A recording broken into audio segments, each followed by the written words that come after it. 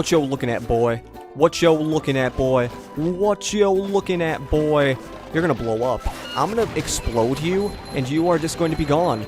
Except you're still looking at me, but you know what? You're going to explode as well with the Thunder Tiki over your head, or the Thunder Cloud over your head.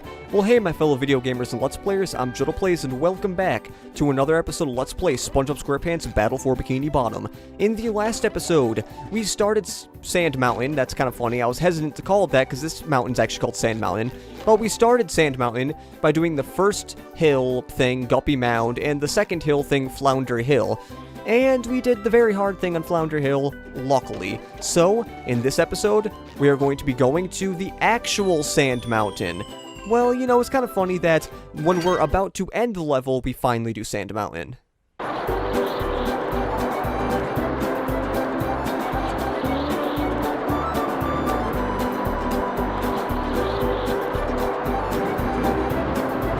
I'm built for speed with this aerodynamic physique. But I'll give you a golden spatula if you can beat my time. But you know what? We are going to beat your time of 2 minutes and 21 seconds. Look at all the tikis up here. You can hit this if you really want to. I didn't really show it there, but you can hit that with your bubble wand if you want to. But I have decided not to, because I do not want to have to worry about that. But now, going down this thing here, there are a good amount of socks you can get, and there is one sock you can get only as Sandy.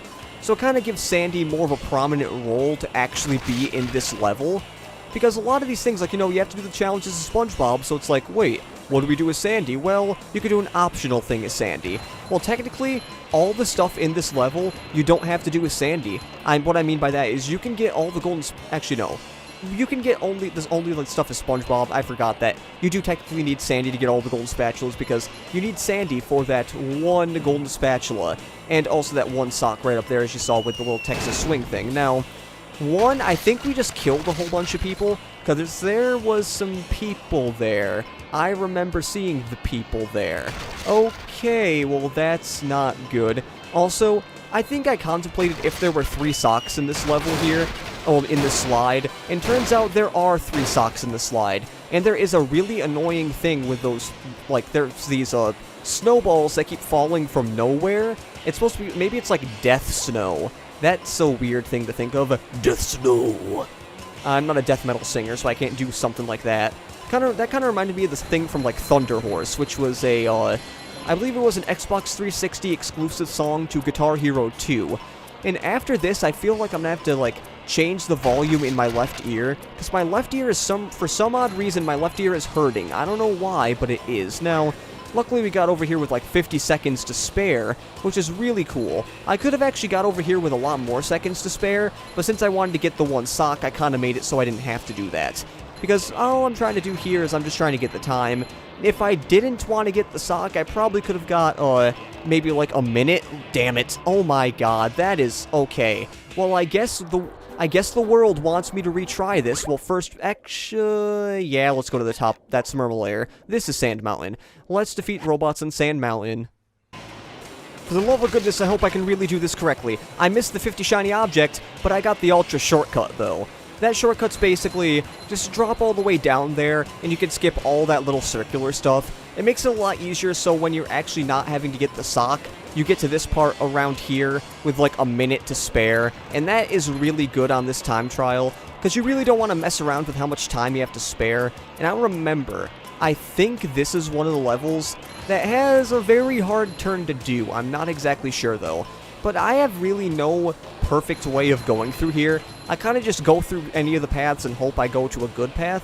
I usually go up here. Maybe it's because going up here makes it so you get a whole bunch of freaking tikis there. And now I go up here because this is technically the... I don't know about the fastest, but it is the easiest way to get down to here and finish this level with like 20 some odd seconds left. Okay. Now, welcome to the hardest arena here. This one's really hard because the whole thing is freaking ice. I do not like it when the whole thing is ice, because then you have to worry about a whole bunch of stuff. Oh my god, I almost got double teamed there. Because what I was afraid of happening was that I was afraid the missile was going to hit me like that, and I thought it was going to hit me into the one little duplicatotron that was about to explode, and I was like, that is not nice. That's something I didn't want to happen. But now we have the golden spatula, number 52. That reminded me of, like, number 5 from, Codename Kid Next Door. Codename Kids Next Door, that's what it's called. Hey, Larry, if we can actually get in the thing. Congratulations, SpongeBob, you beat my best time. Here's a spatula. We beat his best time. Yes, we did beat his best... We beat his best time? Well, yeah, okay, that was a weird thing. I guess, oh, I don't even know. I guess I thought it wasn't going to be a correct saying, but then it is. But now, as you see here, only one more sock we have to get. And as we know exactly where that sock is. We have to go down here as Miss Sandy and just keep going until we get to the one area. I'll cut till we get there. Oh, Jesus, that was a close one.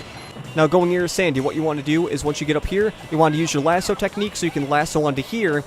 And so you can get on these platforms in order to get to the sock way over there that finally just appeared into our vision. Now, this one's a little tricky because of the way you have to do it. Now, what I'm going to suggest right now is I'm going to wait till this guy just throws it, and then I'm going to start flying, because then it'll make it a little bit easier, and so hopefully he doesn't throw it automatically once you actually land here. And, okay, there we go.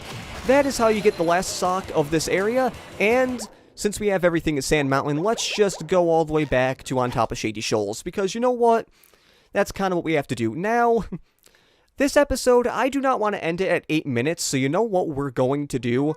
We are going to be going, well, not in the police office area. That will be used for a later date. We're not even going to bother with that currently. Can't believe I stuttered there. Don't know why I stuttered, but...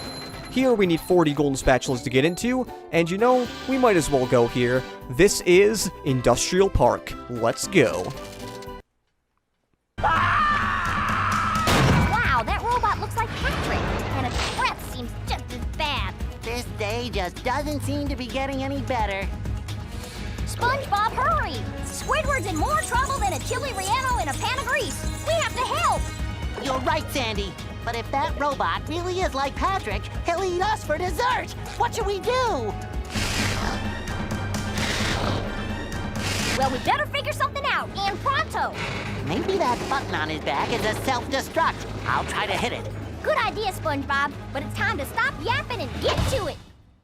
Welcome to Robot Patrick. I used to not like this boss a lot, but now I find it that he's not as bad as I used to think he was, but he is definitely a big spike in difficulty from the first boss of the game, Robot Sandy. Because this guy is actually, in my eyes, kind of a threat.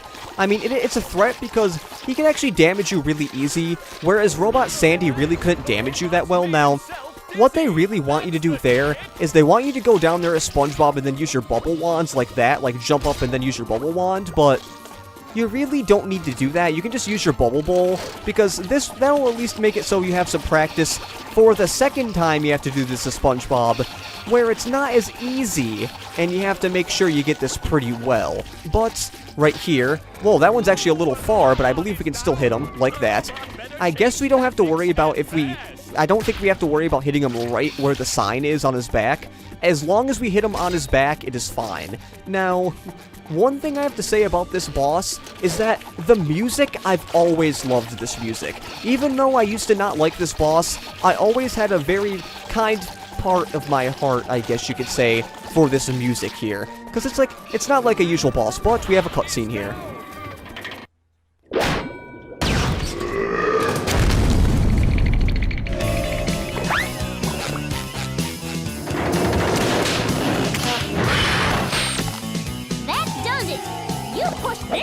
Too far.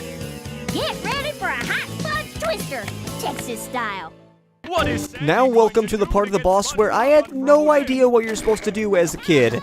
See these things right here? What you have to do is you have to pull on these things, and what will happen is they will bring down some boxes. And these boxes will be really helpful for when it comes to the next part of this, Well, not exactly right now, but coming up to a little bit later when it's a little bit harder to get over here. Now, luckily usually the last one you do is the one that goes right to its butt, so you can get here. But, as we see right about now, you see that he's going to be putting a whole bunch of goo here.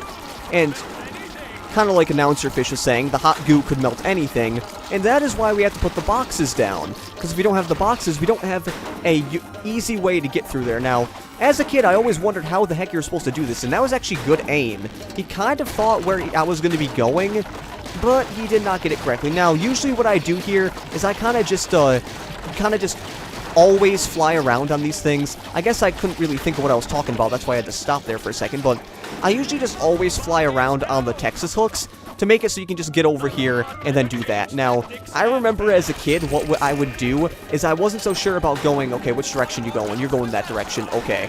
But as a kid, what I would be thinking was, oh, well, I guess if I hit him easy enough, I can get him. Well, actually, no. What I was thinking was, like, okay, this is a really dick placement to do this because you can't really get there. And I knew boxes came down, but it just never happened to me. I don't know why it never happened, but I just guess it never happened. So I was like, well, how do you get the boxes? But I never realized, because they never really tell you that the Texas hooks actually creates the boxes that you need in order to go here and hit him. Like that.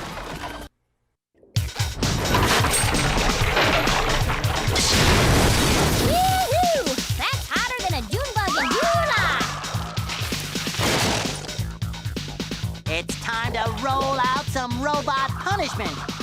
Now, welcome to a part, well, that camera was a little weird, but welcome to the part that can be a little troublesome to some people, and was definitely very troublesome to me when I first did this. Now, as you see, everything other than the areas we have to stand are in acid. So we do not have any access to the bottom of that area. So that is what makes this really bad. So now what's going to happen is he's going to drop down like that, and we have to go through here, and we have to try to bubble bowl him correctly in order to hit him, like that. So luckily I was able to do that. Now, well, let's see if I can actually jump over this icy attack here, because this icy attack is a little bit tricky to dodge. Okay, that was actually really close there. I have to say, the programming for that is really cool. Also, the Announcer Fish just said, do-si-do, and around you go. Which is kind of cool, because it makes you reminded, like, the do-si-do thing of yonder year, because it sounds like an old English term. And you are going to the same exact area you did the first time. I believe what he does is he just goes to an area where you are not. That is all you have to worry about, and he's a little bit farther, so I have to watch out here. Jesus, okay. Watch out there. Oh, I hate these things. I hate having to do this, but I was able to actually do that. Now, I don't think I'll have enough time to get to the one area, so let's just jump over that. The reason you want to jump over that is because if you don't jump over that, he'll freeze you, and then he will automatically hit you with the goo. So even though the freeze doesn't actually hurt you, the goo that he shoots at you because you're frozen and you can't move will actually hurt you. So that is why you just kind of want to ignore the freeze tactic, and he's on this side now. I think he's on this side because of me actually being on the other side of the area, but now, let's use our bowl, and we are done.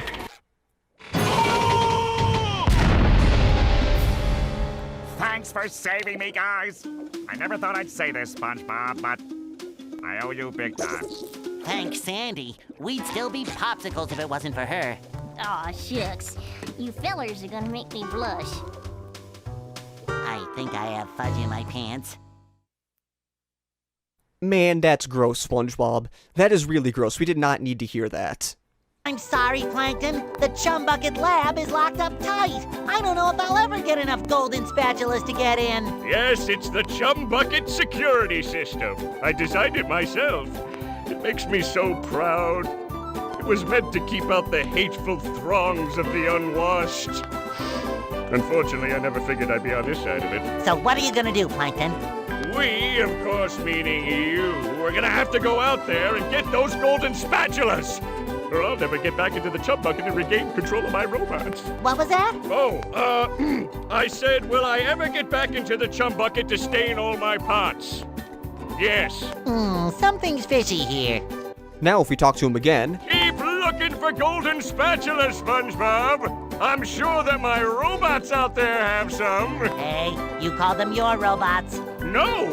And I saw a plaque on the butt of one of the robots that said, property of Plankton. Well, maybe. But And I found this order form for robot parts with your signature on it. Can I have that back?